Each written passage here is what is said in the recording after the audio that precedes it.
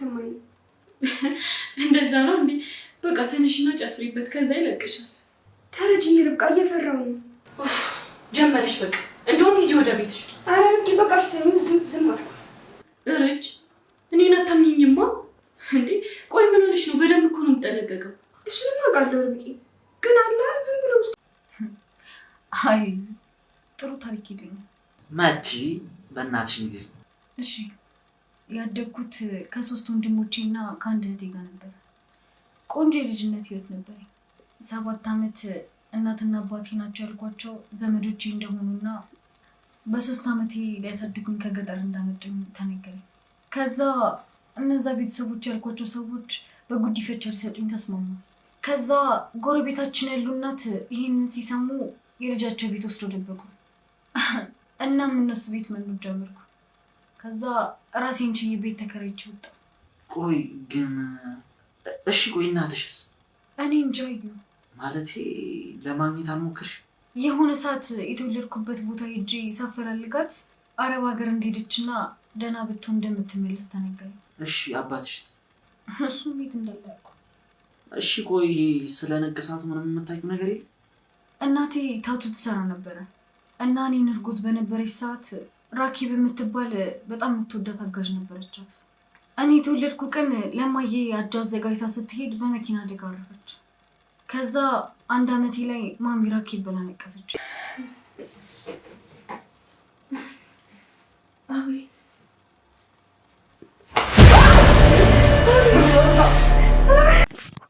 ሰላም ጤና ይስጥልኝ ውድ የርብቃ ድራማ ቤተሰቦች እንዴት ናችሁልኝ? እንኳን ወደ ቻናሌ በሰላም መጣችሁ። እንግዲህ ርብቃ ድራማ በባለፈው ክፍል ላይ አዙ ለርብቃ ምግብ ወደ መኝታ ቤት ስትወስድላትና በዛም ደግሞ መቲ እንዳዘዘቻት መርዙን ጨምራ ምግቡ ላይ ሰታት ነበረ። እናም እንግዲህ እኛም ደግሞ በድንጋጤ ርብቃ ይህን ምግብ ትጎርሰው ይሆን ወይስ ሰው መጥቶ ያድናት ይሆን እያልን እንግዲህ በጭንቀት እየጠበቅን ነበረ። እነሱም መምጣታቸው አልቀረም፣ መጡ። እናም እንግዲህ ርብቃ ምግቡን ጠቅልላ ልትጎርስ ስትል በመሀል ግን መቲ ለዩ ደውላለት ነበረ። ዛሬ የደስታችን ቀን ነው፣ እንኳን ደስ አለ። ይሄ አንተንም በጣም ያስደስታል። እስከ ዛሬ ሳቅድ የነበረውን ነገር አደረግኩ ትለዋለች።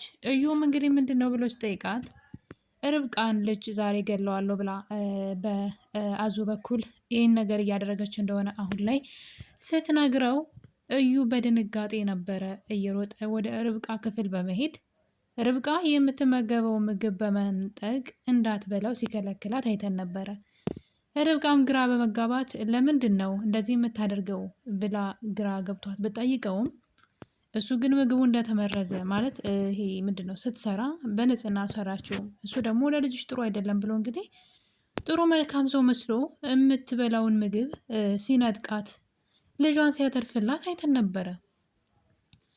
ነገር ግን ደግሞ ከትንሽ ደቂቃዎች በኋላ ግን ርብቃ ውሃ ትፈልግና በመሃል ውሃ አዙ እንድታመጣላት ስትጠይቃት አዙ ደግሞ ውሃውን ሳታመጣ ትቀራለች።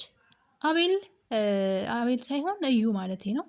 እዩ ግን ያመጣላታለሁ ብሎ ወደ ኪችን ይሄዳል። ለርብቃ መድኃኒት መውሰጃ ውሃ ሲያመጣ ውስጡ ላይ መድኃኒት ጨምሮ ሰጣት። ርብቃም እንግዲህ አገር ሰላም ነው ብላ ያንን ነገር ውሃውን በመድኃኒቷ ተጠቀመውና ወደ መኝታ ቤት ታመራለች። ገና መኝታ ቤት በሩ ላይ እንደቆመች ነበረ እንዳለ ደም የፈሰሳት። ነገር ግን በዛ ውስጥ አቤል በጣም በድንጋጤና እሷን በድንጋጤ ሆነው ማለት እንትናው ቅዠት ነው የሚመስለው እንጂ እውነተኛ ነገር አይመስለኝም። ግን በጣም ነው የሚያስደነግጠው። ይሄ ነገር የእዩ ሀሳብ ይሆን፣ የርብቃ የራሱ ሀሳብ ይሆን፣ የአቤል ሀሳብ ይሆን? እማውቀው ታሪክ የለም። ምናልባት የማሚቲም ሀሳብ ሊሆን ይችላል። ነገር ግን እውነት ለመናገር እንደዚህ እዩ ያደርግባታል ብዬ አላስብም። ይሄ ነገር በሀሳቧ የተፈጠረ ይመስለኛል። ምክንያቱም ደግሞ ርብቃ በተደጋጋሚ ውስጤ ጥሩ ስሜት እየተሰማኝ አይደለም፣ እየፈራዊ ነው፣ እናም ወደ ቤት መሄድ ፈልጋለሁ እያለች አቤልን እያስቸገረችው ትገኛለች። አቤል ደግሞ አይ እዚህ ነው መሆን ያለብሽ ብሎ ቢላትም እሷ ግን እስከወልድ ድረስ እቤት መሄድ ፈልጋለሁ፣ እዚህ መሆን አልፈልግም እያለች ነው። እና በዚህ መሀል እንግዲህ ምክንያቷንም ሲጠይቃት ውስጧ በጣም እየፈራ እንደሆነ፣ ደስተኛ እንዳልሆነች ተናግራለች። እና እንግዲህ በዛ የተነሳ ይመስለኛል ርብቃ እየቃዠች ያለችው እንጂ እውነተኛ አይመስለኝም። እንደዚህ ሁና በቃ ትንሽ ወር እኮ ማለት ነው የቀራት። በጣም ሆዷ ግፍት ብሏን አይታችሁ ከሆነ በጣም እንደውም ፈጥኗል እና በጣም አደገኛ ነው። እንዲህ በቀላል ደምም አይደለም ሊፈሳት የሚችለው። ኦልሞስት ልጇ ነፍስ ያለው በቃ ትንሽ ጊዜ የቀረው ነው እና ሰው ሆኗል ስላችሁ በቃ ምንድን ነው ሰው ሆኖ ተሰርቷል ማለት ነው። አሁን ላይ ደም አይደለም እና እሷ ራሱ እስከ ሞት ድረስ ያደርሳታል። ልጇን ብቻ አይደለም እና እዩ ግን ጨክኖ ያደርጋል ብላችሁ ታስባላችሁ? ታዲያ ለምን ከዛ ልጅቷ ከሰጠቻት ምግብ ሊያድናት ቻለ? ለምንድን ነው ልጅቷ የሰጠቻትን ምግብ ቢያንስ ይሄ ነገር በእሱ አይመሃኝም አይደለም? ለሰራተኛዋ ካደረገችው አዙ እሱ ተጠያቂ አይሆንም፣ ከተጠያቂነትም ነፃ ይሆን ነበረ። እንዴት ነው ከዛ አድኗት እሱ ራሱ መርዝ ሊሰጣት የቻለው? እና ይሄ ነገር የዩ በሀሳቡ ይሄ ነገር መጥቶለት ይሆን? እንዲህ ባደርግ እንደዚህ ብትሆንስ ብሎ። ምክንያቱም ደግሞ የዛን ቀን ርብቃና አቤል ልጃቸውን ለማየት ወደ ሐኪም ቤት ሂደው ነበረ። እናም ሐኪም ቤት ሂደውም ደግሞ ልጃቸው ወንድ እንደሆነና እንግዲህ ያደገ በጥሩ ጤንነት ላይ እንዳለ በምርመራ ተረጋግጦላቸዋል። እናም በዛ የተነሳ በጣም ደስተኛ ሆነዋል ሁለቱ። ካስታወሳችሁ እዩ ደግሞ እናንተ በደንብ ስትደሰቱና ደስታችሁ ሙሉ ሲሆን አይቼ ደስታችሁን እነጥቃችኋለሁ ጠብቁኝ እያለ ነበረ። ምናልባት እንደፎከረው አድርጎት ይሆን ወይስ ያን የፎከረውን ነገር በሀሳቡ አምቶት ነው? መቼም ቢሆን እዩ ይሄን ሊያደርግ ይችላል ብዬ አላስብም። በዛ ላይ ርብቃ እህቱ ናት። ስለማያውቁ ነው እንጂ ርብቃ እህቱ ናት። ሌላው ደግሞ ማሚቴ ነች። ማሚቴ አሁን ላይ ማውራት እየጀመረች ነው። በተለይ ርብቃን የኔ ርብቃ እያለች በተደጋጋሚ እየጠራቻት ትገኛለች። እና ማሚቴ እንግዲህ ወድቃ እንደዛ ሁና ከተነሳች በኋላ በደንብ ባታገግምም ግን ለርብቃ ጥሩ ስሜት ያላት ይመስለኛል። እዩ ደግሞ ተንኮል ውስጥ ገብቷል። አሁን ላይ የማሚቴን ቁልፍ ፈልጎ ካገኘ በኋላ ማሚቴ ምንም አታውቅም ብሎ ወደ መኝታ ቤቷ በመሄድ ወረቀቶቹን ሲያይ ነበረ። ያ ዋጋ እየከፈለበት ያለው ወረቀት እንግዲህ እዳ የገባ ወረቀት አለ። እሱን ወረቀት ግን ሲያገኘው ነገሮች ሁሉ ወደ መቲ አዘን ብለዋል። መቲ እንግዲህ እንደምናውቀው ማሚቴ ልጅ ናት። ማሚቴ ራሷን የሳተችው መቲን ሲታይ ነው። የመቲ ደረቷ ላይ ያለው ንቅሳት ደግሞ ማሚቴ የራሷ ናት የነቀሰቻት። የራሷን ስም ነው የነቀሰችላት ይመስለኛል። እና ለዛም ነው ስታያት በድንጋጤ የወደቀችው ልጅ ብላ እና እንግዲህ ይህ ነገር በዚህ እያለ ነበር እዩ የማሚቴ ክላስ ገብቶ ወረቀቶቹን ሲያይ በሙሉ እዚህ ቤት ባሉ ሰዎች ስም አይደለም በሌላ ሰው ስም የተደረገው ይመስለኛል። በልጇ ስም በመቲ ስም መሰለኝ። በእርግጥ ስሟ መቲ ያልነበረ መሰል በፊት እና እንግዲህ በመቲ ስም የተደረገ ይመስለኛል። እዩ ደግሞ አንድ ነገር አሰበ።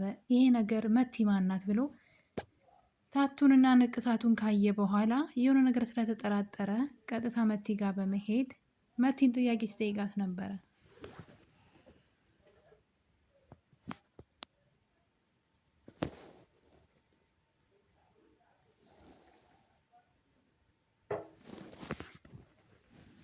ስለ አስተዳደግሽና ስለ አንቺ ንገሪኝ እያላት ነበረ።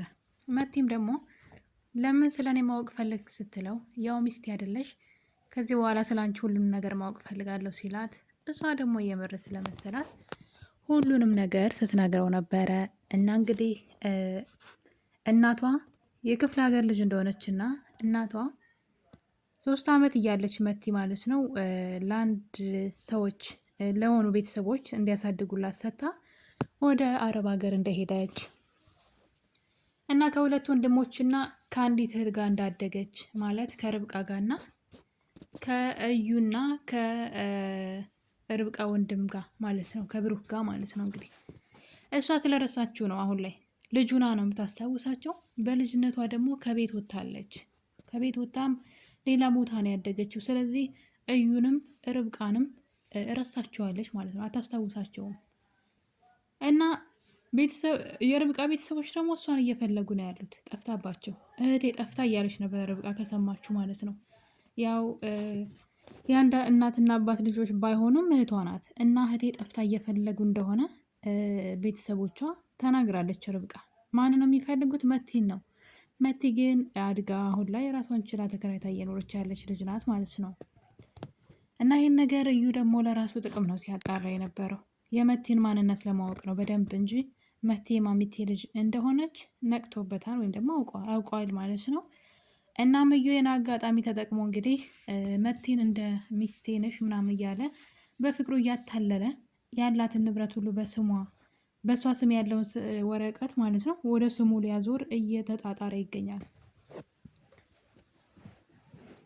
እና የኔ ቤተሰቦች ርብቃ ድራማ ላይ እንግዲህ በክፍል 28 ላይ ትንሽ አስደንጋጭ ነገር አይተናል።